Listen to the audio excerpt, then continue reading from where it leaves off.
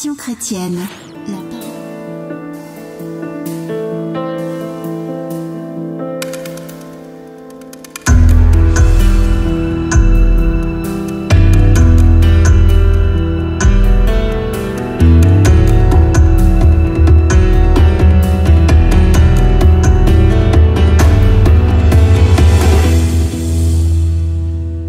Bienvenue. Si c'est la première fois pour toi de te connecter parce que quelqu'un t'aurait parlé de nos séances d'études bibliques hebdomadaires, bienvenue. Toi qui as déjà l'habitude de te connecter tous les mardis, mercredis et dimanche, n'est-ce pas, soit pour ton édification, pour ton éducation ou alors pour le culte du dimanche.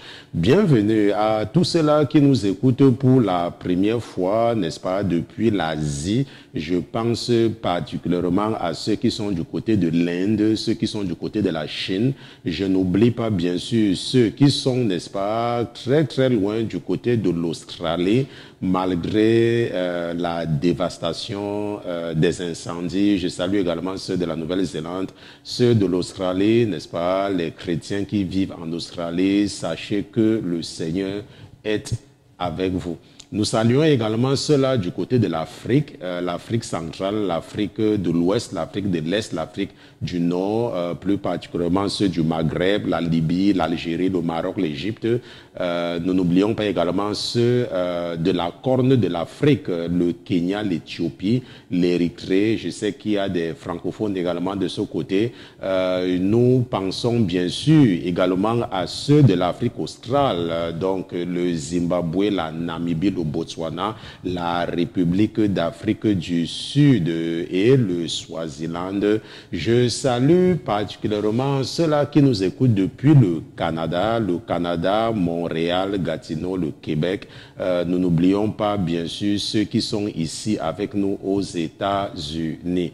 Bienvenue à tous les pères de famille, à toutes les mères de famille. Mon esprit me dit que ceux qui sont du côté de la France sont en train de revendiquer leurs salutations. Je n'oublie bien sûr pas ceux qui sont dans la métropole, mais la France que Dieu a utilisé pour nous donner ce français que nous avons en commun. Et nous savons également que la France, c'est également avec les départements et les territoires français d'outre-mer. Je pense à la Martinique, je pense aux Antilles françaises, ok, la Guadeloupe. Je sais qu'il y a des gens qui nous écoutent même du côté de l'île Maurice, du côté de Port-au-Prince, c'est là-bas du côté de Haïti. Bienvenue ma soeur, bienvenue mon frère, bienvenue à tous les pères de famille, à toutes les mères de famille qui ont pris la bonne résolution d'éduquer spirituellement leurs enfants par ces séances d'études bibliques hebdomadaires.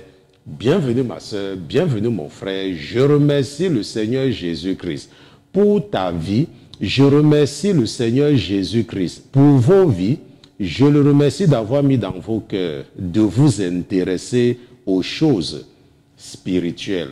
La parole de Dieu nous enseigne dans l'évangile de Jean.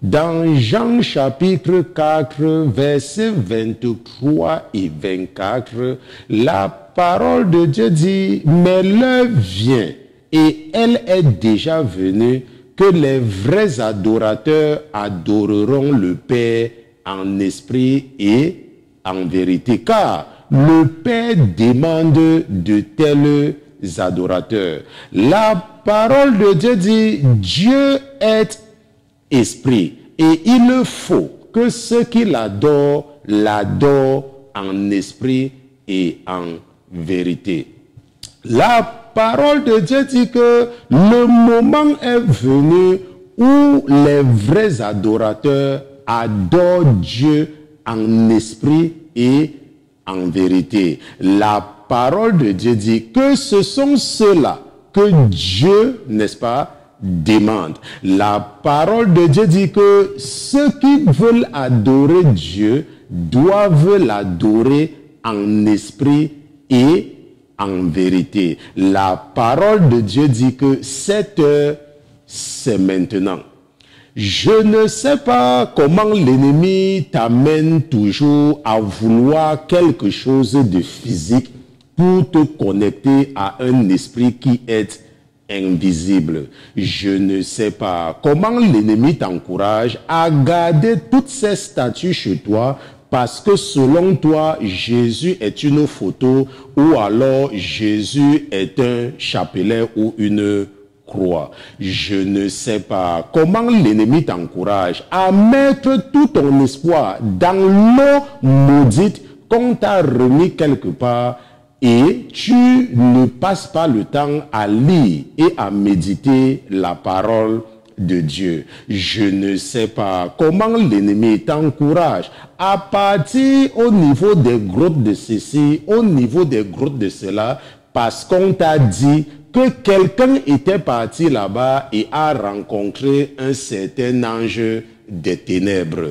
Je ne sais pas comment l'ennemi t'encourage à remplir ta maison avec les fausses statues de Marie et les fausses statues de Jésus et à placer toute ta confiance sur une chaîne qui a un Jésus sur la croix. Je ne sais pas comment l'ennemi t'amène toujours à garder Jésus sur la croix alors qu'il est descendu de cette croix il y a plus de 2000 ans.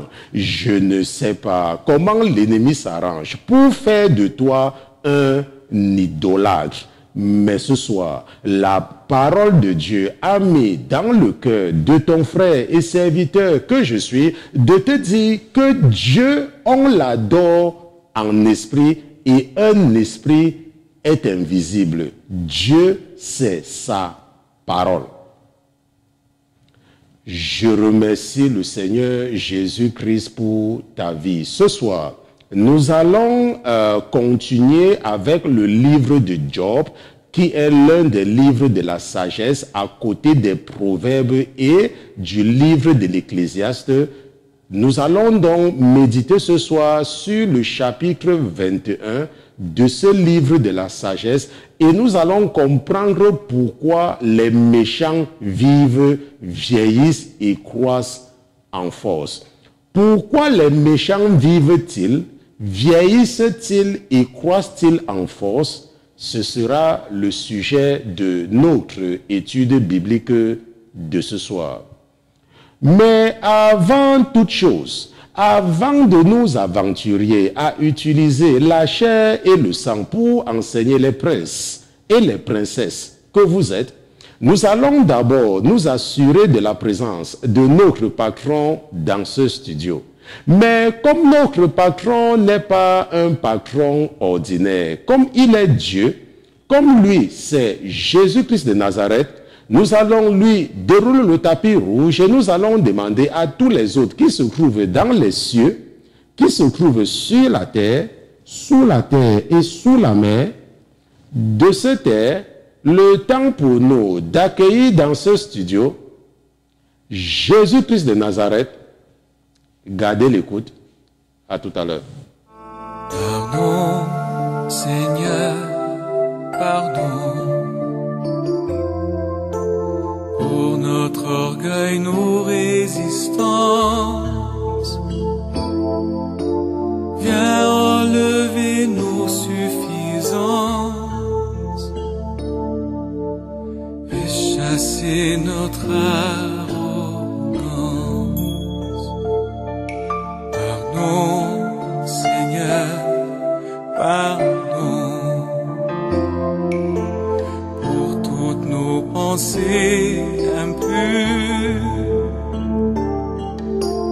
Viens changer nos cœurs si durs, nos raisonnements obscurs. Oh, relève-nous, nous sommes tombés si bas. Oh, relève-nous par ta grâce et ton pardon. Aie pitié de nous, nous nous humilions devant toi. Pardon, Seigneur, pardon pour tant de paroles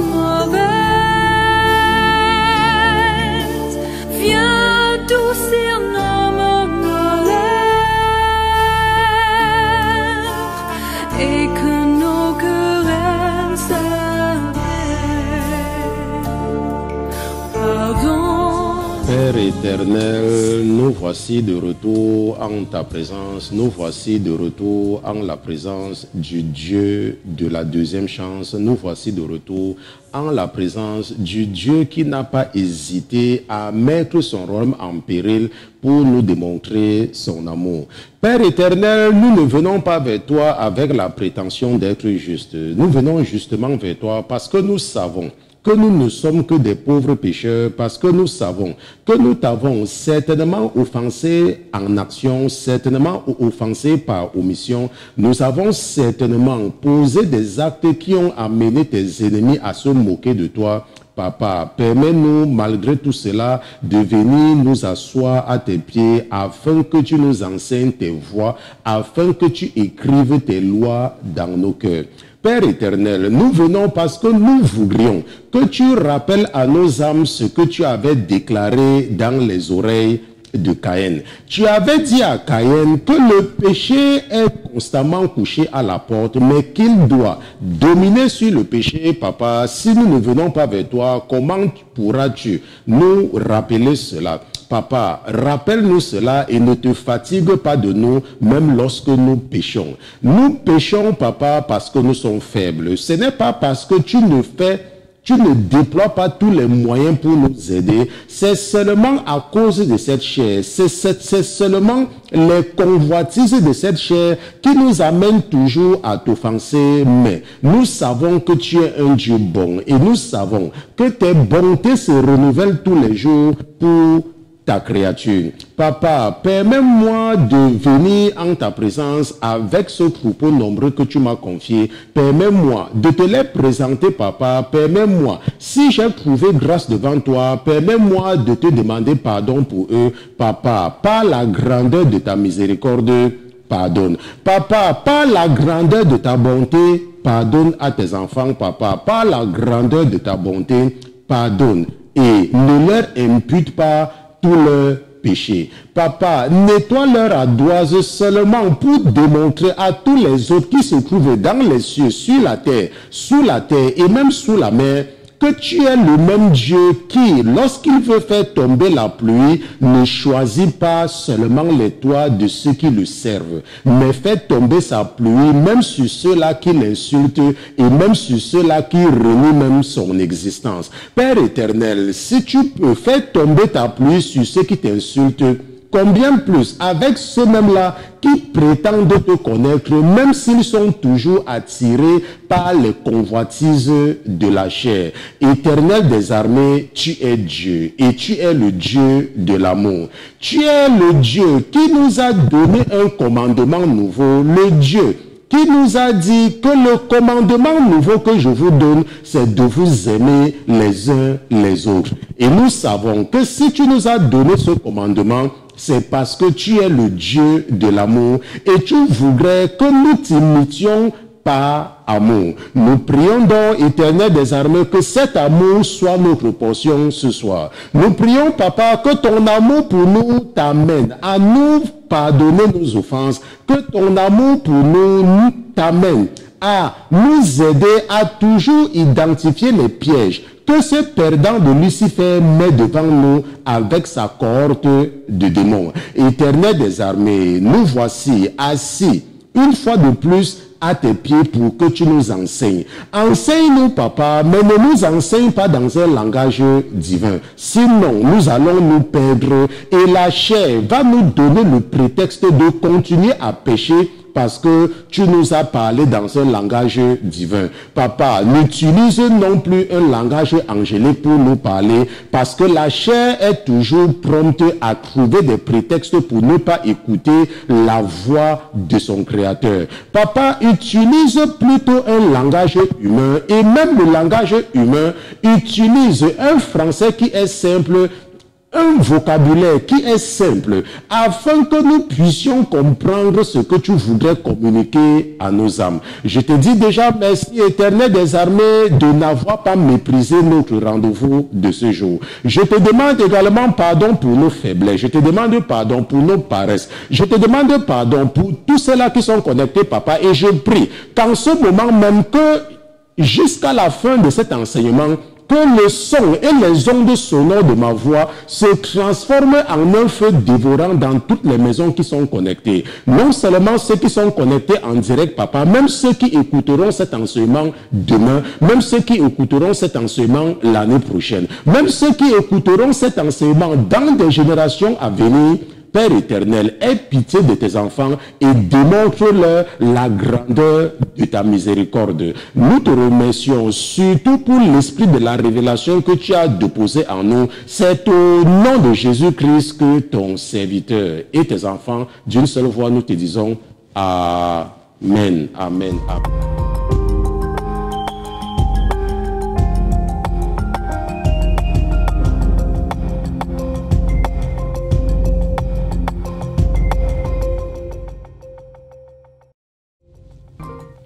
Nous remercions Dieu pour Jésus-Christ, nous remercions Jésus-Christ pour toutes les persécutions, parce que la Bible dit que l'élève ne peut pas dépasser le maître, et que s'ils l'ont persécuté, ça veut dire le Seigneur, alors ils vont également nous persécuter. Et l'ennemi persécute les enfants de Dieu de plusieurs manières.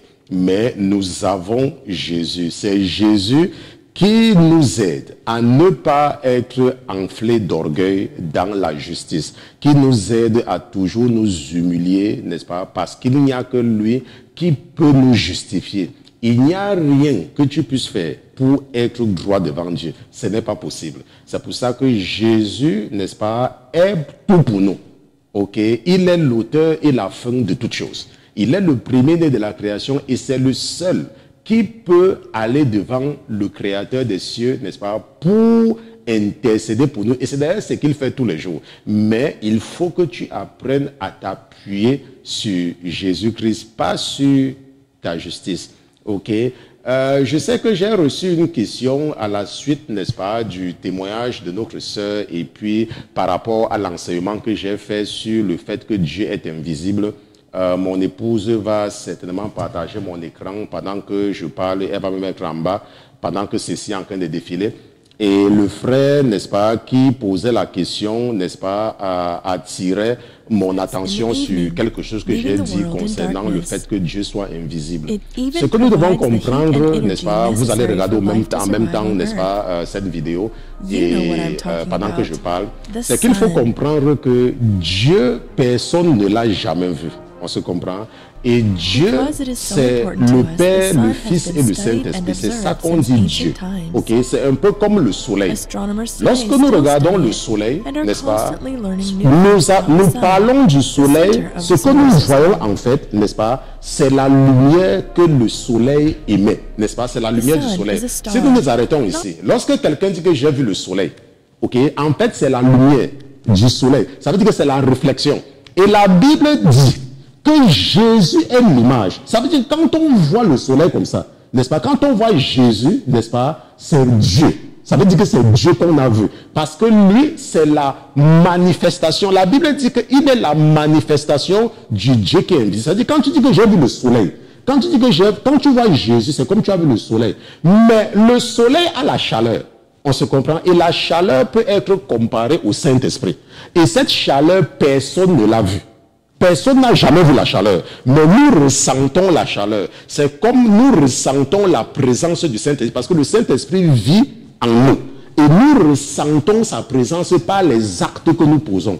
N'est-ce pas? Quand tu es bon, quand tu ne pêches pas, quand tu es tout le temps en train de rechercher à faire ce que la Bible dit, c'est une preuve évidente que le Saint-Esprit est là, mais tu ne l'as jamais vu. Okay? Et c'est comme la chaleur que le soleil émet.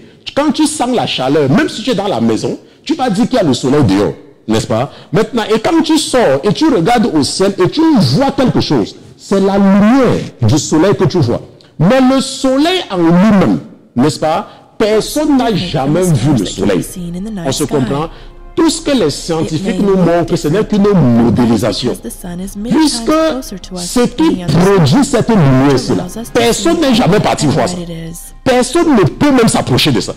On se comprend. Personne ne peut même s'approcher du soleil. Je ne connais pas, j'ai oublié, n'est-ce pas, malheureusement pour moi, même alors que j'ai étudié ces choses ici de très près. Ok. Pour pour s'approcher du soleil, n'est-ce pas? Je pense que la distance la plus proche, quelqu'un va m'envoyer certainement un article là-dessus, que les scientifiques ont pu s'approcher du soleil, n'est-ce pas, s'élève à des millions d'années-lumière. Ça veut dire que la distance que les scientifiques ont pu. Ok, si nous regardons cette image ici, c'est une modélisation pour nous montrer ce qui se passe à l'intérieur. Mais personne n'a jamais vu ça. Ça serait une modélisation. Et personne n'a jamais vu ça. Et lorsque nous comparons le soleil par rapport aux autres planètes, n'est-ce pas, comme la Terre, la Lune et puis les Saturnes et tout, voilà une comparaison. Et ça également, n'est-ce pas, si nous nous arrêtons ici, ça ce n'est qu'une modélisation. Ça ne veut pas dire que que c'est comme ça que le soleil est. Personne n'a jamais vu le soleil. Personne n'a jamais vu ce qui émet cette lumière. Et c'est ce que nous parlons, c'est comme ça que Dieu est. Personne n'a jamais vu Dieu. Et Jésus a dit qu'il n'y a que le Fils. Parce que c'est le Fils qui reflète. On se comprend, donc personne. Et c'est pour cela que quand vous écoutez un témoignage, n'est-ce pas, comme par exemple le témoignage de la sœur Ken n'a pas dit qu'elle a vu Dieu. Elle a dit que Jésus lui a parlé. Et même à chaque fois, elle fait toujours cette précision-là. Et elle entend une voix. Et c'est la même voix que les enfants d'Israël ont entendue quand ils étaient dans le désert de Sinaï. On se comprend. Et c'est pour ça que la Bible nous dit que Dieu, ce n'est pas un homme. Donc pour les gens qui passent le temps, n'est-ce pas, à porter les chapelets avec les croix de faux Jésus et tout cela, Dieu n'est pas un homme. Dieu est esprit. Personne ne l'a jamais vu. Et quand tu veux adorer Dieu, quand tu dis que tu es un disciple, quand tu dis que tu veux marcher avec Dieu, tu fais sa volonté. C'est quand tu fais sa volonté que tu dis que tu marches avec Dieu, que tu connais Dieu. Le Dieu de la Bible, bien sûr. On se comprend. Donc c'est un peu cela. Il faut comprendre, n'est-ce pas? Et nous pouvons également faire la même modélisation de Dieu avec le feu. N'est-ce pas? Quand il y a un feu quelque part, ok, qu'est-ce que nous voyons? Le feu, il y a la fumée. Ok? Et la fumée, maintenant, il y a quoi? Il y a la lumière que le feu émet. Mais qui a vu le feu? Ce que nous voyons, c'est la lumière. Ça veut dire que c'est la lumière que le feu là émet. Et la fumée, ok, la fumée qui sort de là. Mais on peut éteindre le feu. Mais est-ce que quelqu'un est déjà parti attraper le feu? Donc il faut comprendre que quand on parle de Dieu, n'est-ce pas, Dieu ce n'est pas quelque chose que tu peux dire que tu vas voir. Et on dit que personne ne l'a jamais vu. Mais la Bible dit qu'un jour nous allons le voir. On se comprend, un jour nous allons le voir. Et quand on parle de Dieu, il faut toujours comprendre. Et il faut toujours le savoir, c'est que Dieu, c'est le Père, le Fils et le Saint-Esprit.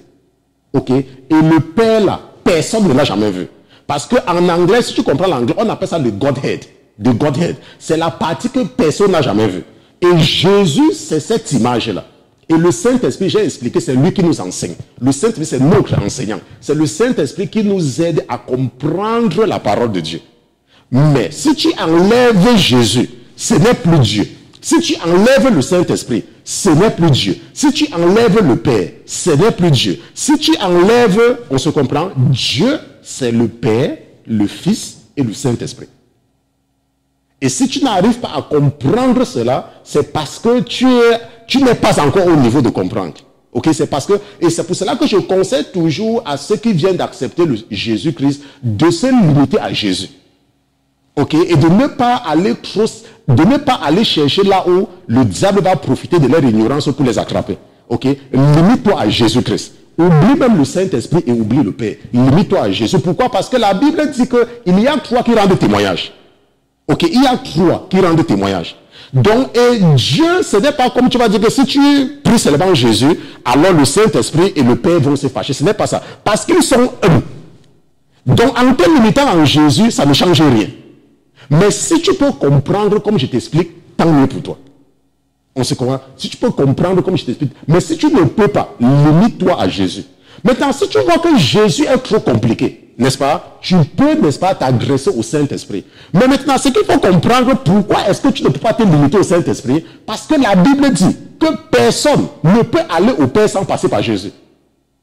Ce qui fait donc qu'à la fin de la journée, n'est-ce pas, Jésus doit être le centre de ta vie spirituelle.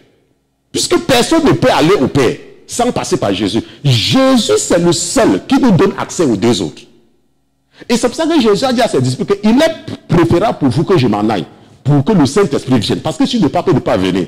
Et quand je vais partir, il viendra vous enseigner toutes choses. Ok? Donc, il faut très bien comprendre quand on parle de Dieu. Et Dieu, personne ne l'a jamais vu. Ça veut dire que si tu entends quelqu'un te dire qu'il a vu Dieu, c'est un menteur. C'est un menteur. Voilà. Bon, maintenant, nous allons donc continuer avec notre étude biblique. Allons dans Job chapitre 21, parce que j'ai envie de terminer avec cela. Mon épouse va vous montrer, n'est-ce pas, entièrement mon écran. Job chapitre 21, la Bible dit dans Job chapitre 21, verset 1, que, et Job prit la parole et dit, écoutez attentivement mes discours et que cela me tienne lieu de vos consolations. N'est-ce pas? Parfois, quand quelqu'un te parle, n'est-ce pas, il faut savoir écouter. Il y a les gens qui n'écoutent pas. Il y a les gens qui sont supposés de ne pas écouter. Quand ils sont dans une conversation, ils veulent toujours que ce soit eux qu'on écoute. Ils ne savent pas écouter les autres. Il faut apprendre à écouter.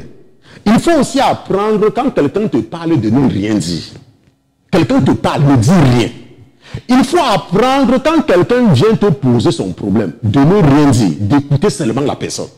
Et quand la personne a fini, tu dis que ok, waouh, prions.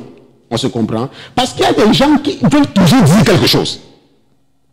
Quelqu'un est venu te voir parce qu'il a des problèmes. Et il veut quelqu'un pour l'encourager. Écoute-le seulement. Laisse-le, il parle. S'il peut parler pendant 1 heure, 2 heures, tu n'es pas forcément obligé de dire quelque chose. Et je m'adresse surtout aux femmes. Une femme a des problèmes. Elle vient te voir. Et elle commence à te parler de son mari. Laisse-la te parler de son mari. Elle parlait, c'est fatigué. Tu dis, ok, ma soeur, prions.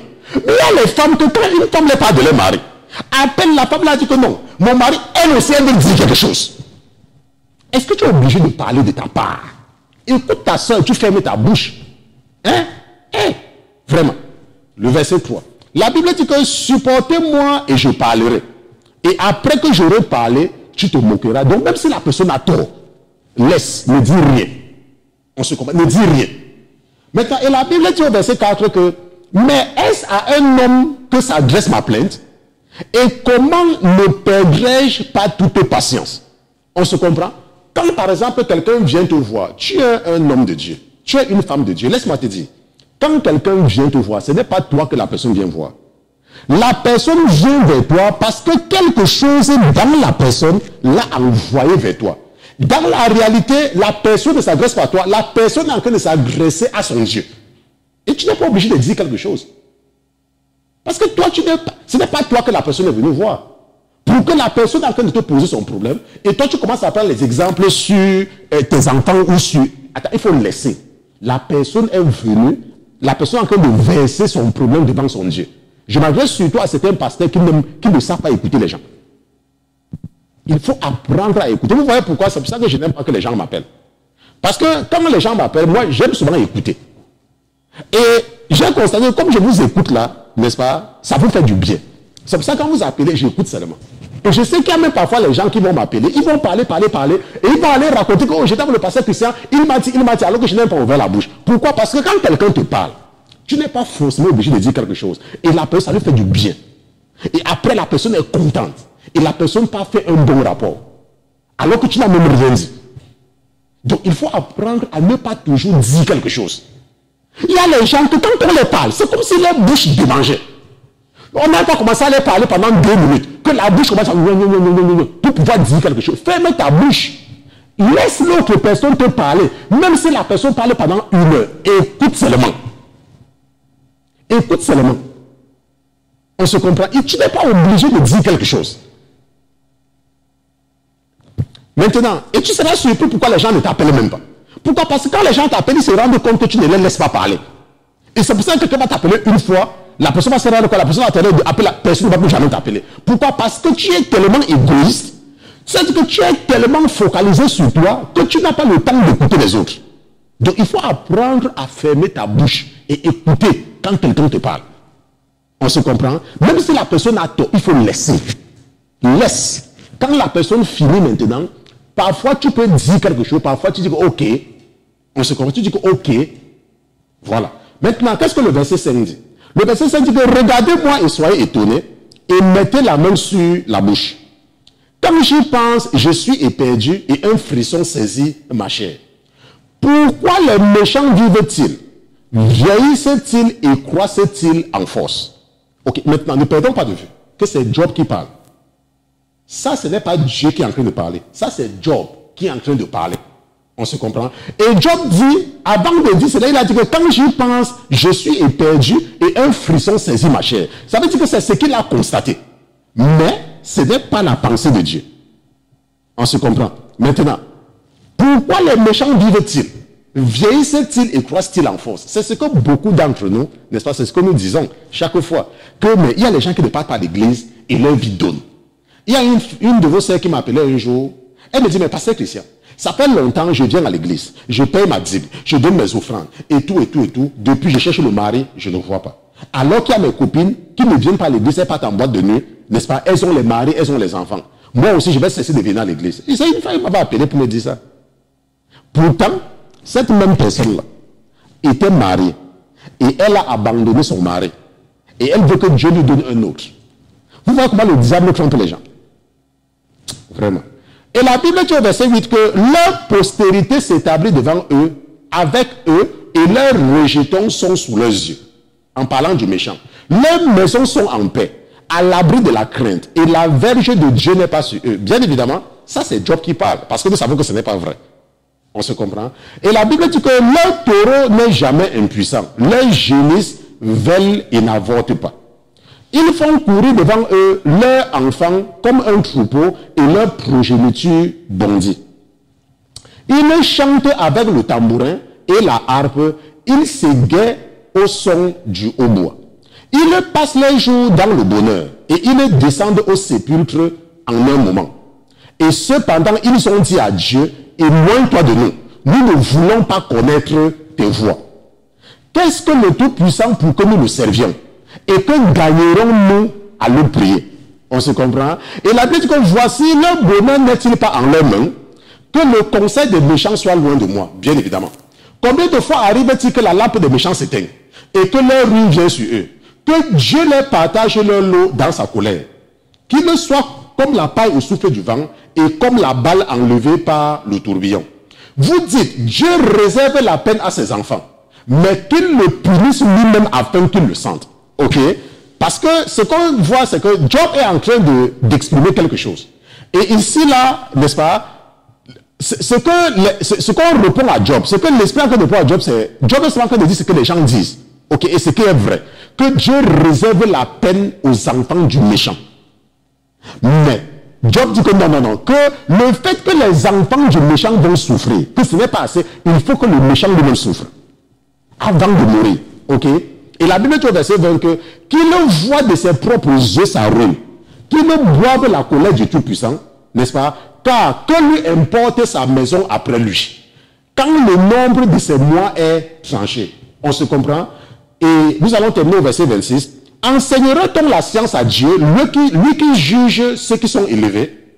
L'homme meurt au sein du bien-être, tout à son aise et en repos. Ses flancs sont chargés de graisse et ses os comme abreuvés de moelle. Et un autre meurt dans l'amertume de son âme, n'ayant jamais goûté le bonheur. Ils sont couchés ensemble dans la poussière et les vers les couvrent. Ok? C'est un chapitre qui est très intéressant parce que j'ai seulement pris, n'est-ce pas, bien évidemment, je pense que c'était le verset 3 ou 4, n'est-ce pas, comme le sujet de cette étude biblique, mais si tu prends le temps de lire, n'est-ce pas, Job chapitre 21, des versets 1 à 26, n'est-ce pas, comme moi je l'ai fait, tu vas, n'est-ce pas, découvrir, n'est-ce pas, beaucoup de choses, n'est-ce pas, ça dit beaucoup de choses. Maintenant, j'ai dit tout à l'heure que nous ne devons pas perdre de vue que c'est Job qui parle. On se comprend. Et Job a dit que laissez-moi parler. Même si ce que je dis n'a pas de sens, laissez-moi je parle. Et après, quand j'aurai fini de parler, vous allez maintenant dire ce que vous voulez. On se comprend. Et c'est ce qu'il a fait. Et nous l'avons laissé parler. Donc Job a parlé. Et ne perdons pas de vue que c'est Job qui parle. Et c'est pour ça qu'il a dit que laissez-moi parler. Il a dit laissez-moi parler. On se comprend. Et j'ai donc précisé quand je suis arrivé quelque part, et je voulais seulement attirer que c'est Job qui parle. Ok. Maintenant, pourquoi est-ce que nous pouvons affirmer que ce que Job dit n'est pas vrai? Ou alors que Job est en train de dire ce qu'il pense? Nous allons partir là où Dieu lui-même intervient. Ok, allons un peu dans Job chapitre 38. Ok, juste pour confirmer à ceux-là, n'est-ce pas, qui parfois écoutent ces enseignements avec les esprits sataniques qui les habitent et pour toujours remettre en cause ce que nous disons. Ce qu'il faut comprendre, c'est que lorsque nous sommes dans la maison de Dieu, ok, ce ne sont pas tous ceux qui sont dans ce ministère qui sont les enfants de Dieu. Parmi nous, il y a les enfants du diable. Ok? Et certains parmi vous, je vous connais. Ce n'est pas parce que je ne vous dis pas. Il y a les enfants du diable. Donc, qui sont là seulement pour détourner les autres. C'est pour ça que vous voyez que même dans le choix de certaines choses, n'est-ce pas, parfois même votre sœur ne comprend pas mes choix. Parce que quand tu as ce qu'on appelle l'esprit de discernement, l'esprit qui est en toi, n'est-ce pas, te révèle beaucoup de choses, mais tu n'es pas forcément obligé de dire. Pourquoi? Parce que la Bible dit que nous n'avons pas à lutter contre la chair et le sang. Donc le diable envoie beaucoup de personnes dans ce ministère, n'est-ce pas? Mais moi, je profite du temps qu'ils sont là pour les transformer. Puisque je les connais, je connais l'esprit qui les habite. Et je trouve dans le moyen de les faire changer de mission. Certains, parfois, ont réussi. D'autres, malheureusement, après ça, ils partent. Quand ils se rendent compte qu'ils ne peuvent plus opérer ou alors qu'on les a détectés. On se croit. Donc, quand tu es dans nos forums, que ce soit Jésus-Christ la solution, que ce soit Femme partage la parole, que ce soit Jeune pour Jésus-Christ, que ce soit, n'est-ce pas, il ne faut pas croire que tous ceux qui interviennent là sont les enfants de Dieu. Ok? Il faut, n'est-ce pas, faire très attention. Il ne faut pas toujours courir pour appeler les gens parce que tu les vois dans le forum ou quelqu'un prie, tu te dis que s'il prie parce que le pasteur... Il ne faut pas faire cette erreur. Ok? Quand tu as une question et quand tu as un problème, il faut toujours m'écrire. On se comprend? C'est vrai, je ne vais jamais te dire que méfie-toi de tel. Non. Mais il ne faut pas parce que tu vois quelqu'un sur le forum depuis des mois, tu penses que la personne est en Jésus. Non. Il ne faut jamais faire cette erreur. Ok? Dans la maison de Dieu, c'est là où on trouve le plus grand nombre, n'est-ce pas, de personnes possédées par les esprits mauvais. C'est dans l'église. Ce n'est pas dehors. Ils sont pleins. Donc, il faut faire très attention, n'est-ce pas, quand tu es en train de... surtout dans la... Il ne faut pas toujours croire cela. Et ce que je dis, c'est le conseil qu'on m'a donné, que quelqu'un m'a donné quand j'ai commencé à fréquenter l'église. Parce que j'étais le genre de personne qui aimait toujours faire confiance à tout le monde. Il m'a dit que non, ne fais plus cette erreur-là. Ok? Dans l'église, il y a toutes les qualités. Les vrais et les faux. Et nous allons voir ça tout à l'heure, n'est-ce pas? Bon, maintenant, allons un peu dans Job chapitre 38. Parce que nous voulons confirmer que ce que Job dit là, c'est son problème. Ok? Que ça n'engage pas Dieu et que Dieu va, n'est-ce pas, le concrétiser. N'est-ce pas? La Bible dit que, alors l'Éternel répondit à Job du sein de la tempête et dit, qui est celui-ci qui obscurcit mes plans par des discours insensés, donc sans science? Qui est celui-ci qui obscurcit mes plans par des discours qui n'ont aucun sens? On se comprend? Il dit à Job que saigne donc tes reins comme un vaillant homme, je t'interrogerai et tu m'instruiras. Et tu m'instruiras. Ok? Il demande à Job, où étais-tu quand je jetais les fondations de la terre? Dis-le si tu as de l'intelligence. Ok? Donc nous n'allons pas tout lire le chapitre 38 à cause du temps, mais je voulais seulement aider quelqu'un à comprendre que ce que Job a dit là, c'est son problème. Ça n'engage pas Dieu. Okay. Et nous sommes au service de Dieu. Nous sommes les disciples de Jésus-Christ. Et nous fonctionnons en fonction de ce que Jésus voudrait que nous fonctionnons avec. Pas par rapport à ce qu'un homme a dit. Voilà. Bon, maintenant, ce que nous allons donc faire, c'est quoi? C'est que nous allons voir ce que Jésus lui-même dit concernant le méchant. Parce que Job est en train de dire que le méchant, ok, et ça c'est le sujet de l'étude biblique, que pourquoi mon épouse a remontré le sujet de l'étude biblique, pourquoi les méchants vivent-ils, vieillissent-ils et croissent-ils en force, ok. Non. Et Job a donc énuméré ce qu'il pense, ou bien ce qu'il a constaté. Mais ça c'est ce qu'il connaît, il vivait quelque part en haut, il ne connaissait pas tout le monde entier. Maintenant, qu'est-ce que Jésus lui-même dit concernant le méchant? Alors un peu, nous allons voir cela en étudiant une parabole. Allons dans Matthieu chapitre 13. Matthieu chapitre 13. Et nous allons lire, n'est-ce pas, la parabole du blé et des livrets. Matthieu chapitre 13. Et nous lisons à partir du verset 24. Ok? Lisons à partir du verset 24. Ce que Jésus lui-même, parce que nous sommes ses disciples, qu'est-ce que lui il dit? Ok. Maintenant, Jésus leur proposa une autre parabole en disant, le royaume des cieux est semblable à un homme qui avait semé une bonne semence dans son champ. N'est-ce pas? Le royaume des cieux est semblable. N'est-ce pas? Il est en train de faire ici comme un parallèle, comme, n'est-ce pas, un exemple, comme, il est en train de présenter un modèle. Comme nous avons vu tout à l'heure le modèle du soleil. Les gens dessinent le soleil. Les gens font ce qu'on appelle la modélisation. Si tu fais la physique, tu me comprends bien, mais si tu n'as pas jamais fait la physique, tu ne peux pas comprendre. N'est-ce pas? Il y a ce qu'on appelle la modélisation. Ça veut dire qu'on imagine quelque chose et on fait un modèle au laboratoire pour expliquer. Ok? Maintenant, mais pendant que les hommes dormaient, son ennemi vint qui sema de l'ivraie parmi le blé et s'en alla. Ok, la Bible dit que le royaume des cieux est semblable à un homme, n'est-ce pas? Et l'ennemi est venu. L'ennemi, c'est qui? L'ennemi, c'est le diable. Ok, et la Bible dit que, et après que la semence eut poussé, et qu'elle eut produit du fruit, l'ivraie parut aussi. Ok, c'est comme dans un ministère, c'est ce que vous disiez tout à l'heure. Quand vous voyez un ministère qui est établi, n'est-ce pas, l'ennemi s'arrange dès le départ, à un certain moment, de mettre aussi ses agents dans le ministère. Et au fur et à mesure que nous évoluons, que nous allons évoluer, c'est là où beaucoup parmi vous, vous allez voir les vraies faces. Au fur et à mesure. Ok? Et la Bible dit au verset 27 que, alors les serviteurs du père de famille lui vont dire, Seigneur, n'as-tu pas semé une bonne semence dans ton champ? D'où vient donc qu'il y ait de l'ivraie? Il leur dit, c'est un ennemi qui a fait cela. Et les serviteurs lui répondirent, veux-tu que nous allions l'accueillir? Et il a dit, non. De peur qu'en cueillant l'ivraie, vous n'arrachiez le froment en même temps. Ok?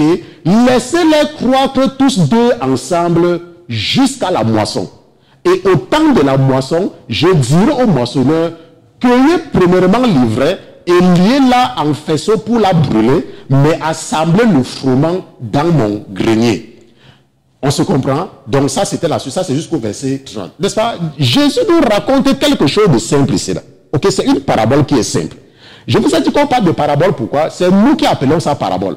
Mais en fait, il est en train de dire quelque chose que quand tu as son esprit, tu comprends. C'est comme parfois beaucoup de personnes, quand je les appelle et je les parle, il y a certains qui disent que pasteur, vous m'avez parlé, je n'ai pas compris parce que vous parliez en parabole.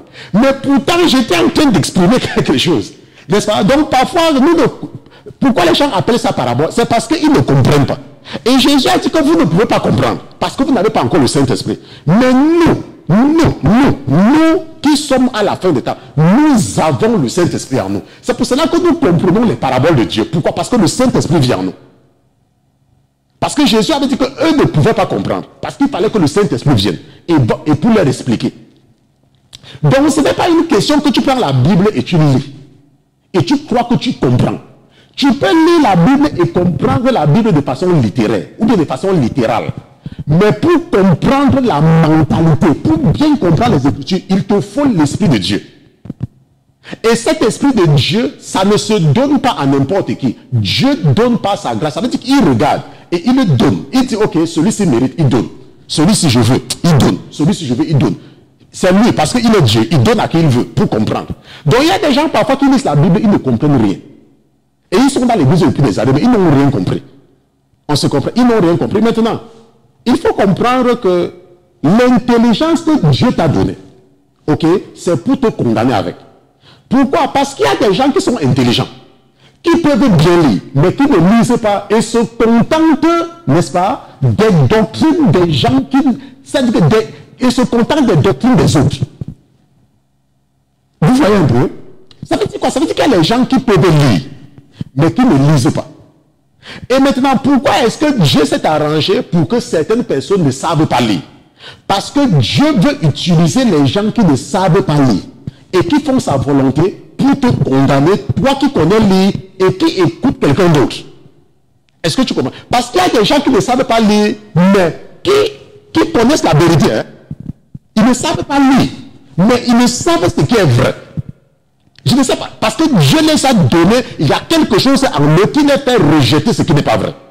Et la raison pour laquelle Dieu a fait que certaines personnes n'arrivent pas à lire, c'est parce que toi qui es intelligent, mais qui refuse de lire la Bible, on va utiliser, le jour de ton jugement, on va prendre une personne qui ne sait pas lire, et on va, quand on va vouloir te juger, on va mettre la personne, et ça sera une personne que tu connais, hein, la personne sera là, et toi tu seras devant Dieu, et on va te poser les questions en présence de la personne.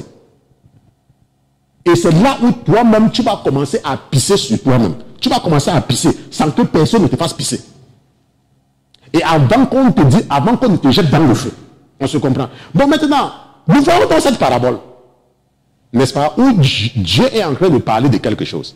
Il dit que Dieu a fait sa chose. Dieu a fait sa chose. Et le diable est venu aussi mettre sa part. On se comprend. Et le diable est venu mettre sa part. Maintenant, lorsque nous parlons du méchant, je vous ai dit plusieurs fois que le méchant, ce n'est pas celui qui gifle les gens en route. Le méchant, ce n'est pas celui qui avorte. Le méchant, ce n'est pas celui qui commet. Qu'est-ce que je dis? Le méchant, ce n'est pas celui qui boxe ses enfants. Le méchant, ce n'est pas celui qui agresse des gens en route. Le méchant, ce n'est pas celui, n'est-ce pas, qui insulte les gens. Ce n'est pas ça le méchant. Le méchant, c'est celui qui ne fait pas la volonté de Dieu. Ça veut dire quoi? Ça veut dire que Dieu a dit qu'il faut respecter ton pasteur. Mais tu parles à ton pasteur n'importe comment. Ça veut dire que tu es méchant. Pourquoi? Parce que tu es en train d'offenser le Saint-Esprit. Et tu es méchant. La Bible dit que, oh, il ne faut pas mentir. N'est-ce pas? C'est ce que la Bible dit. Mais toi, tu mens. Ça veut dire que tu es méchant. La Bible dit qu'il faut aimer le prochain. Mais toi, tu n'aimes que les gens de ton village. Ou tu n'aimes que les ressortissants de ton pays. Ça veut dire quoi? Ça veut dire que tu es méchant. On se voit. Ça, c'est le méchant. Et c'est de ce méchant que nous parlons. N'est-ce pas? La Bible dit que quand tu pars à l'église, tu dois entrer dans la maison de l'église avec crainte. Et de ne pas offrir à Dieu le sacrifice des insensés. Ok? Mais toi, quand tu pars à l'église, tu passes le temps à regarder les chaussures des gens. Ça veut dire que tu es méchant. Pourquoi? Parce que tu n'as pas peur quand tu es dans l'église. Tu n'as pas peur quand tu es à l'église. Tu te comportes à l'église n'importe comment. Tu oses même faire le commérage dans la maison de Dieu. Ça veut dire que tu es méchant. On se comprend? Ça veut dire que tu es méchant. Le méchant, c'est celui qui, quand il ne part pas au travail, Dieu a dit que soumettez-vous à vos maîtres selon la chair. On se voit. Mais toi, tu pars au travail, ton superviseur te dit de faire quelque chose, tu ne fais pas. Parce que tu te dis que tu as fréquenté plus que lui. Tu es méchant. Tu es méchant. On se comprend. Tu es méchant. C'est ce que ça veut dire. Voilà. Maintenant, Job a dit, et nous allons retourner, avant de revenir dans la parabole du Seigneur, n'est-ce pas? Regardons encore dans un premier temps ce que Job a dit. Ok? Job a dit dans Job chapitre 21, je pense que le verset 7, que pourquoi les méchants vivent-ils et vieillissent-ils et croissent-ils en force? Ça, c'est ce que Job a dit. Et nous avons compris que ça, c'est la pensée de Job. Ok? Maintenant, regardons maintenant la conséquence. Ça veut dire, qu'est-ce que Jésus réserve aux méchants? Alors, retournons là où nous étions, n'est-ce pas? Matthieu chapitre 13. N'est-ce pas? Matthieu chapitre 13. Et regardons le verset 36. Ok? Parce que ça, c'est ce que Jésus lui-même, n'est-ce pas, dit concernant le méchant. Il a déjà raconté, il nous a déjà dit qui sont les méchants, que les méchants sont parmi les enfants de Dieu. Maintenant, voilà ce que Jésus dit. Alors, Jésus ayant renvoyé le peuple, s'en alla à la maison et ses disciples étant venus vers lui dit, explique-nous la parabole de l'ivraie du champ. Maintenant, la Bible dit que Jésus ayant renvoyé le peuple, rappelez-vous qu'il a parlé à beaucoup de personnes. Mais la Bible dit qu'après avoir renvoyé le peuple, ses disciples, ça veut dire que les gens qui ont son esprit, les gens à qui il explique la parole. Donc tu peux donc voir que parfois le pasteur Christian peut dire quelque chose. Et ce sont des centaines et des milliers de personnes qui écoutent. Mais ils n'ont pas l'esprit de Dieu pour comprendre ce que je dis. On se comprend? Des millions de personnes peuvent lire la Bible. La Bible dit que Jésus a donné la Bible au peuple. Voilà ce que la Bible dit ici. Matthieu chapitre 13, verset 26. Alors, Jésus ayant renvoyé le peuple, Jésus parlait au peuple. Jésus a donné la Bible, n'est-ce pas, à tout le monde.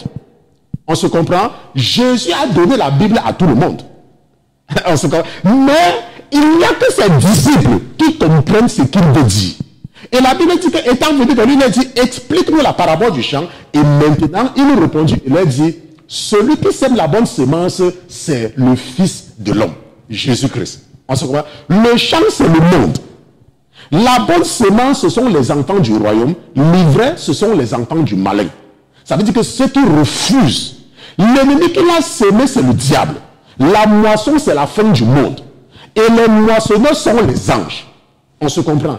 Et la Bible dit que, comme donc on amasse l'ivraie et qu'on la brûle dans le feu, il en sera de même à la fin du monde. Le Fils de l'homme enverra ses anges qui ôteront de son royaume tous les scandales et tous ceux qui feront l'iniquité. Et ils les jetteront dans la fournaise ardente. Là seront les pleurs et les grincements des dents. Et la Bible dit que alors les justes luiront comme le soleil dans le royaume de leur Père, que celui qui a des oreilles pour entendre, entende. Ça veut dire quoi? Ça veut dire que Job a dit, ok, Job a dit que, ok, donc je disais que je voulais connaître la distance. Ok, maintenant, donc une personne m'a répondu par rapport à la question que je regardais, n'est-ce pas? Maintenant, lorsque nous regardons la distance, n'est-ce pas, c'est par rapport à la distance entre la Terre et le Soleil, n'est-ce pas, selon les scientifiques. Et ça encore, c'est une modélisation. Ça veut dire que ça veut dire qu'ils ont jeté une sonde. Et il faut savoir que même la sonde là n'est pas arrivée. On se comprend? Et on estime à 91 437 millions de miles. Ok? Et le miles, n'est-ce pas, ce n'est même pas des kilomètres. Donc c'est 91 millions. Ça veut dire quoi? Ça veut dire que c'est à des millions, des millions, des millions, des millions là le soleil se trouve. Et personne n'a jamais vu le soleil. Personne. Les scientifiques sont seulement en train de s'embrouiller. Ils s'embrouillent seulement. En disant qu'il y a l'hélium, il y a ceci. Tout ça là, c'est pas... Ils s'embrouillent seulement. Personne n'a jamais vu cela. On se comprend. Bon, donc je remercie, n'est-ce pas, notre sœur qui nous a envoyé cette information pour nous aider. Bon, maintenant, ce que nous sommes en train de dire, c'est que Jésus nous dit, ok, ce qui va arriver aux méchants. C'est vrai que Job, lui, il est en train de voir parce qu'il est limité dans la chair. N'est-ce pas? Job est limité dans la chair. C'est pour cela que quand tu regardes quelqu'un, ok, prenons un exemple. Tu regardes une personne que sa vie donne, n'est-ce pas? On dit que sa vie donne. Ou alors, il y a une expression qu'on utilise dans un certain pays, on dit que oh, la personne est chaude. Que le gars là, il est chaud. La fille là, elle est chaude. Je me rappelle quand j'étais jeune, n'est-ce pas? Comme j'ai grandi dans une famille très pauvre, je vous ai dit que chez nous, il n'y avait pas la lumière. Je vous ai raconté ça plusieurs fois. Chez nous, il n'y avait pas la lumière. Le sol n'était même pas cimenté. Et il y avait une seule table et une lampe chez nous, n'est-ce pas? Là où j'ai grandi. Maintenant, et mon papa, comme c'était un polygame, il ne s'occupait pas de ses enfants, puisque les polygames sont égoïstes, de toutes les façons. Et c'est notre pauvre maman qui s'occupait de nous. Et je vous ai parlé de la même chose avec ma belle-mère. Je vous ai dit comment ma belle-mère, un jour, n'est-ce pas, elle m'a fait j'allais pleurer. Parce que ma belle-mère, avant qu'on ne la fasse venir aux États-Unis, quand j'étais encore en Afrique, elle se plaignait tout le temps qu'elle ne sait pas ce qu'elle a fait aux gens. Quand les gens voyageaient et que les gens venaient en Afrique en congé, on ne lui gardait jamais rien. Jamais. Ça veut dire que quand les gens gardaient les choses, ce n'est même pas le slip qu'on lui gardait. Mais pourtant, elle aidait à élever beaucoup d'enfants. Et je lui ai dit que ne te dérange pas. Un jour, toi aussi, tu vas voyager. Ce n'est pas qu'on va partir pour venir te donner. C'est toi qui vas partir même pour venir donner aux gens. On se comprend? Et c'est donc comme ça que chez nous, n'est-ce pas, les démons de la polygamie, n'est-ce pas, ont toujours cette habitude, n'est-ce pas, de faire souffrir les enfants. Et comme il n'y avait donc pas la lumière chez nous, n'est-ce pas, les gens se moquaient de nous. Moi, je n'ai jamais amené un camarade de classe à la maison. Pourquoi? Parce que notre maison était la maison la plus moche du quartier. Et j'avais honte d'amener, de montrer même la maison. Quand les gens me demandaient notre maison, je montrais la maison du voisin. C'est à ce point-là que nous étions pauvres. C'est à ce point-là que nous étions pauvres. Maintenant, il y a des gens maintenant qui étaient bien. Ce voisin-là, ok, ce voisin-là, que je montrais sa maison en disant que c'est notre maison, n'est-ce pas? Si je regarde autour de moi, ces enfants, je ne dis pas qu'ils souffrent, mais ils sont dans des états vraiment précaires. Et il y a des gens avec qui j'ai grandi, que dans notre quartier, ils avaient vraiment de belles maisons. Mais tous aujourd'hui sont des soulards, sont des ivrognes. Pourquoi? Parce que maintenant, moi je parle parce que je regarde de 30 ans après. On se voit 30 ans après. Puisque j'ai plus de 40 ans. Je regarde 30 ans après. Maintenant, si je n'avais pas regardé, parce que Job n'avait pas 40 ans, je ne pense même pas qu'il avait 40 ans.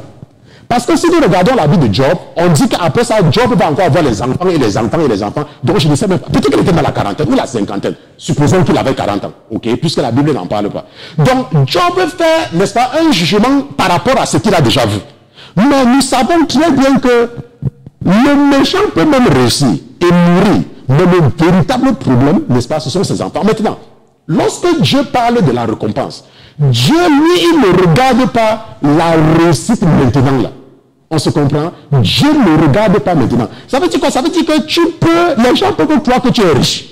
Les gens peuvent croire que tu as tout. Tu as une maison, tu as une voiture, tu as machin, truc. Et toi également, tu peux voir une personne à l'église. Tu dis que, mais moi je prie, mais je n'ai même pas de mari. Mais la personne, si elle a un mari, elle a les enfants, oh, elle a une voiture, elle a machin, truc. Mais moi je prie, moi je jeûne. Mais tu ne connais pas ce que Dieu réserve à la personne.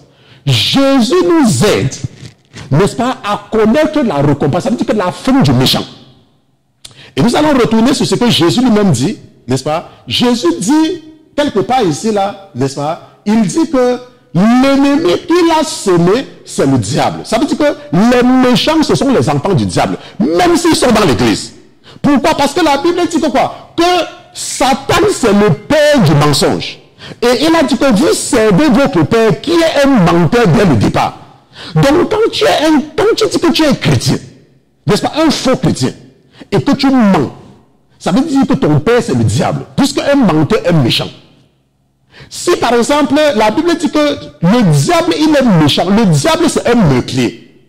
Et quelque part la Bible dit que si même tu penses du mal de quelqu'un, tu es un meurtrier. Et ton père c'est Satan. Ça veut dire quoi? Ça veut dire que tu entends qu'une personne a eu une bonne nouvelle, mais tu n'es pas content pour la personne. Ça veut dire que tu es un meurtrier. Si tu entends que le fils du voisin a passé, et tu n'es pas content pour le fils du voisin, ça veut dire que tu es une sorcière.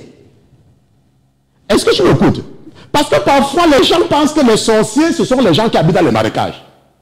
On se comprend? La Bible a dit, c'est écrit dans la Bible, que si tu penses du mal de quelqu'un, n'est-ce pas, tu es un meurtrier. Ça veut dire que quoi?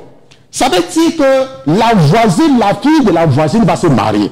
Et tu es fâché. Ça veut dire que tu es un sorcier. Ça veut dire que tu es une sorcière. Le voisin a acheté une nouvelle voiture. Ou alors le voisin est en train d'arranger la toiture de sa maison. Et ça t'énerve. Ça veut dire que tu es un marabout. Ça veut dire que tu es un sorcier. C'est ce que ça veut dire. Pourquoi? Parce que la Bible dit que nous devons nous réjouir avec ceux qui se réjouissent. Et nous devons pleurer avec ceux qui pleurent. Mais toi, tu es en train de me dire que telle personne, que tu avais eu deuil, la personne n'est pas venue à ton deuil. Et comme la personne a deuil, tu ne pars pas aussi à son deuil. Parce que la personne n'était pas venue à ton deuil. Ça veut dire que tu es un sorcier. Attends, est-ce qu'on se comprend? Pourquoi? Parce que tu ne fais pas la volonté. Parce que tu es méchant. Pourquoi? Parce que la Bible a dit que tu dois pleurer avec celui qui pleure. Donc tu ne peux pas me dire Pasteur Christian, je ne pars pas au deuil de la sœur. Je ne pars pas au deuil du frère. Parce que quand j'avais deuil, il n'est pas venu. Ça veut dire que tu es sorcier. Parce que tu ne fais pas la volonté de Dieu. Tu ne peux pas me dire que le fils du voisin vient d'avoir la licence. Et le voisin est en train de fêter. Et tu refuses d'aller à la fête. Parce que tu te dis, parce que ça te dérange. Attends, laisse-moi te poser une question. Le voisin a apporté sa chaussure. Ça te sert comment? Dis-moi un peu comment quelqu'un peut mettre sa chaussure et toi ça te sert. Explique-moi un peu ça. Toi, m'explique-moi un peu. Aujourd'hui, par exemple, l'esprit est en train de me dire qu'il y a des gens, c'est ce que l'esprit, je ne sais pas si c'est, bon, je vais supposer que c'est vrai parce que c'est le même esprit qui me parle, de toutes les façons. L'esprit est en train de me dire qu'il y a des gens qui pensent que j'ai un problème, n'est-ce pas, avec le prophète Georges. Laissez-moi vous dire, je n'ai absolument aucun problème. Je ne pense même pas à lui, pour votre information. Pourquoi? Parce que quand tu penses du mal de quelqu'un, c'est à toi-même que tu fais du mal. Quand tu es en train de penser du mal de quelqu'un, c'est une perte de temps. On se comprend? C'est mieux d'utiliser ton temps pour être heureux que de penser à quelqu'un. Tu penses à quelqu'un, ça te sert à quoi? Attends, laisse-moi te dire. Quand tu penses du mal de quelqu'un, ça te donne quoi? C'est pour ça que quand tu penses du mal de quelqu'un, n'est-ce pas? Et tu entends que quelque chose de bien est arrivé à la personne, ça te choque encore. Et ton cœur pince dedans, tchic. C'est pour ça que ça ne sert à rien. C'est pour ça que moi, quand je rencontre le prophète, on se voit même la plupart les samedis. On se voit. Oh, Christian, c'est comment? Je dis, oh, pasteur, ça va. C'est toujours comme ça que je me courbe devant lui. Hein. Je dis, non, pasteur, ça va, pasteur. Et je tourne comme ça. Quand il parle parfois, je ne le regarde même pas en face. Parce que je n'ai pas le regarder en face. On se comprend? Par respect. Ce n'est pas que j'ai peur de lui. N'est-ce pas? C'est lui que Dieu a utilisé pour m'enseigner. Donc ce respect doit demeurer jusqu'à ma mort. Parce qu'il y a des gens, ils parlent au pasteur n'importe comment. Tu partais dans l'église d'un pasteur et tu as arrêté d'aller dans l'église là. Et tu commences à lui montrer, à lui manquer de respect. Ça veut dire que tu es un sorcier. Pourquoi? Parce que la Bible a dit que nous ne devons pas mépriser ce que Dieu a utilisé pour nous enseigner. Mais toi, tu me dis que tu es un chrétien. Mais tu vois ton ancien pasteur et tu ne le salues pas. Ça veut dire que tu es un sorcier. On se comprend? Ça veut dire que tu es méchant. Parce qu'il y a des gens parfois qui ne comprennent pas ce que c'est que la méchanceté. On se comprend. Bon, voilà. J'avais beaucoup de choses, n'est-ce pas? Et ce que je voulais dire, n'est-ce pas, pour ne pas terminer, c'est que mon étude a montré ceci, n'est-ce pas? Parce que nous devons absolument voir cela, n'est-ce pas? La Bible dit que comme donc on amasse l'ivraie et qu'on la brûle dans le feu, il en sera de même à la fin du monde. Ok? Le Fils de l'homme enverra ses anges qui ôteront de son royaume tous les scandales et ceux qui feront l'iniquité. Et ils les jeteront dans la fournaise ardente. Là seront les pleurs et les graissements. Ça veut dire quoi? Ça veut dire que quand tu vois quelqu'un qui réussit dans la vie, où les voitures, il est dans la franc-maçonnerie, la Rose-Croix, et Kanka, Illuminati et tout, il ne faut pas te gêner. Dieu est un Dieu qui est bon. Le Dieu que nous servons est tellement bon que quelque part, la Bible dit dans le livre du prophète Ézéchiel, si je ne me trompe pas, que je ne souhaite pas, que Dieu ne souhaite pas la mort du méchant. Mais il veut que le méchant se répande. C'est pour ça que quand nous voyons les gens qui sont méchants autour de nous, rien ne les arrive. C'est parce que Dieu est en train de leur donner l'opportunité de se repentir.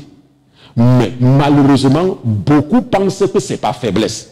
Et ils sont encouragés et ils meurent dans le péché. Mais le problème, ce n'est pas de mourir. C'est comme quand tu dis à un enfant d'étudier. L'enfant pense qu'il étudie pour toi. Jusqu'au moment où il grandit étant feignant. Et il se rend compte que tout ce qu'il peut faire, c'est aller porter les cartons au marché ou alors travailler à l'heure. On se comprend? Pourtant, l'enfant qui a écouté ses parents qui étudiaient et qui va à l'école, il se retrouve qu'il a la licence, il a la maîtrise, parfois le doctorat. Et qu'est-ce qu'il fait? Les bons boulots. C'est la même chose. Donc, quand la parole de Dieu te dit de faire quelque chose, tu dois faire seulement. Même si tu ne vois rien maintenant. Je dis que même si tu ne vois rien maintenant, je suis en train de te dire que même si tu ne vois rien maintenant, ce que Dieu te réserve, ce n'est pas sur cette terre. Nous ne sommes pas les citoyens de ce monde. Il y a quelque chose de meilleur que Dieu nous réserve. De la même façon que le méchant que tu vois, il s'agite. Alors que le nombre de ses amis sont limités, laisse-moi te dire que quand le temps viendra, il va se retrouver là où il n'y a que des pleurs et des grincements dedans. Donc il faut laisser ceux qui s'embrouillent là s'embrouiller. Il faut laisser les gens qui t'insultent t'insulter. Mais toi, continue seulement à faire la volonté de Dieu. Continue seulement. Ok? Je dis toi, laisse. Continue seulement. Même si tu ne vois rien maintenant là, laisse-moi te dire, tu n'as aucune idée de ce qui t'attend.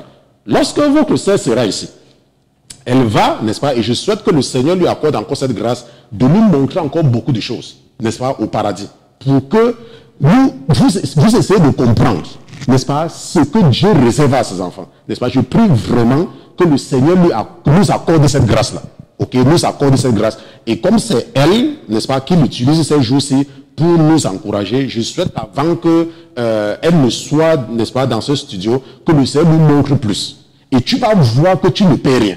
Tu vas même voir que même ces histoires-là, n'est-ce pas, les voitures, les maisons, tu vas voir que tout ça, c'est rien.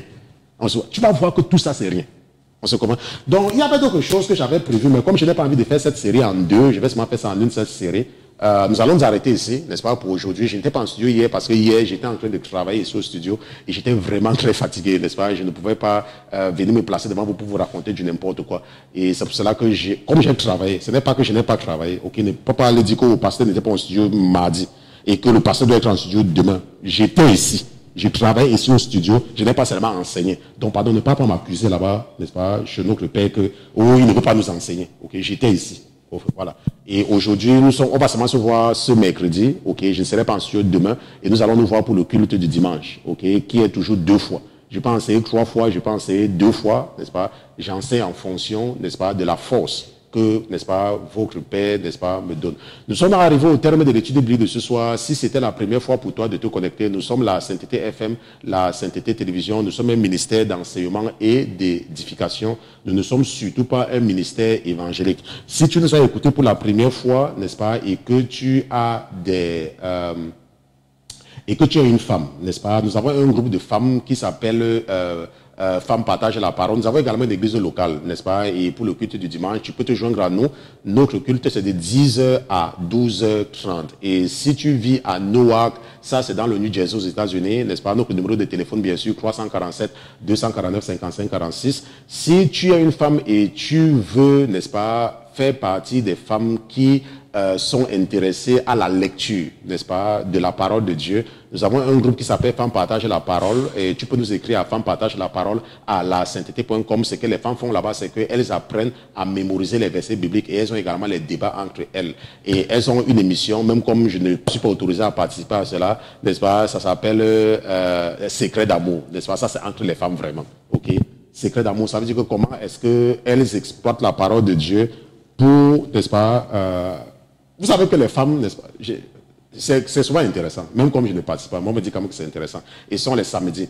Nous avons également un groupe pour les jeunes, Jeunes pour Jésus-Christ, n'est-ce pas, sous la coordination du frère Pierre. C'est pour l'édification de la jeunesse chrétienne. Ce qu'ils font, c'est qu'ils lisent la Bible au quotidien. Et je sais qu'ils ont d'autres plans, n'est-ce pas, pour cette année. Si tu veux contacter le pasteur Christian, n'est-ce pas, voilà mon email, pasteurchristian@la-sainteté.com, pasteurchristian@la-sainteté.com. C'est le seul moyen de me connecter. Moi, je ne partage pas mon numéro de téléphone parce que je n'ai pas... parce que la raison principale, c'est parce que, étant aux États-Unis, il y a un grand décalage avec les autres pays. Ok, et j'ai également constaté que quand je suis au téléphone avec les gens, ils ne peuvent pas me laisser partir. Et je peux me retrouver pendant 4 heures de temps au téléphone. Et si je continuais comme ça, je devais vite mourir. Ok, et je n'ai pas envie, je ne veux pas mourir maintenant. Je vais mourir, mais pas maintenant, parce que je dois vous enseigner. Et si, par exemple, tu veux contribuer, je sais que l'ennemi est en train d'attaquer, n'est-ce pas, les finances de ces ministères. Ils nous ont bloqués complètement par Western Union, ils nous ont bloqués, n'est-ce pas, par MoneyGram. Mais si tu veux contribuer et que tu avais l'habitude d'utiliser Western Union ou MoneyGram pour envoyer ta dîme ou, n'est-ce pas, les offrandes ou n'importe quelle contribution, il ne faut plus utiliser Western Union ou MoneyGram, n'est-ce pas? Il faut nous écrire à contact@la-sainteté.com et la sœur va te dire comment envoyer tes contributions. Et c'est donc cela. Nous allons donc nous retrouver, si c'est la volonté du Seigneur, dimanche pour notre culte hebdomadaire. Et après cela, si l'enlèvement n'a pas lieu entre-temps, notre prochain rendez-vous, ça sera mardi prochain pour une nouvelle séance, pour une autre séance d'études bibliques. Nous allons prier. Père éternel, je te remercie d'avoir été présent ce soir avec nous, papa. Je te remercie d'avoir sauvé tes enfants. Je te remercie d'avoir édifié tes enfants. Je te remercie de les avoir éduqués spirituellement. Je te remercie, papa, d'avoir communiqué ta volonté à tes enfants. Ce soir, papa, tes enfants ont compris ce que tu voulais qu'ils comprennent, ont compris. Que le méchant n'est pas celui qui gifle quelqu'un en route. Le méchant, c'est toute personne qui ne fait pas ta volonté. Nous avons compris ce soir, papa, que toute personne qui ne se réjouit pas avec ceux qui se réjouissent n'est pas ton enfant et qu'il est un sorcier. Nous avons également reçu, nous avons suivi, nous avons compris que si le voisin a une fête et que nous ne nous réjouissons pas avec le voisin, ça veut dire que nous ne sommes pas tes enfants. Nous avons compris, papa, que si quelqu'un n'a pas assisté à notre deuil et que la personne a deuil et nous n'assistons pas aussi au deuil de la personne par revanche, ça veut dire que nous n'avons pas ton esprit et que nous sommes des sorciers. Père éternel, merci d'avoir aidé tes enfants ce soir à se conformer au Dieu qui, lorsqu'il veut faire tomber la pluie, ne choisit pas seulement les toits de ceux qui croient en lui. Je te dis merci, papa, de me permettre également de te demander pardon pour mes frères et mes sœurs. Papa, je prie que tu les couvres par ton sang précieux. Papa, je prie que tu les couvres par tes ailes. Papa, je prie que tu ne permettes pas à l'ennemi d'entrer dans leurs rêves. Oh, Éternel des armées, empêche-les d'entrer dans les rêves de tes enfants pour les faire poser des actes ou les faire manger des choses que tu as en horreur afin de les initier dans ce que dans des choses abominables. Nous te disons merci d'avoir été présent ce soir dans ce studio. Nous te remercions, papa, de ne jamais mépriser nos rendez-vous de la semaine. Et nous prions, Éternel des armées, que c'était ta volonté, que tu nous préserves tous, afin que nous puissions écouter quelque chose de nouveau de ta bouche la prochaine fois que tu as déterminé. Merci surtout pour l'esprit de la révélation que tu as déposé en ton serviteur. C'est au nom de Jésus-Christ que ton serviteur et tes enfants, d'une seule voix, nous te disons Amen, amen, amen, amen.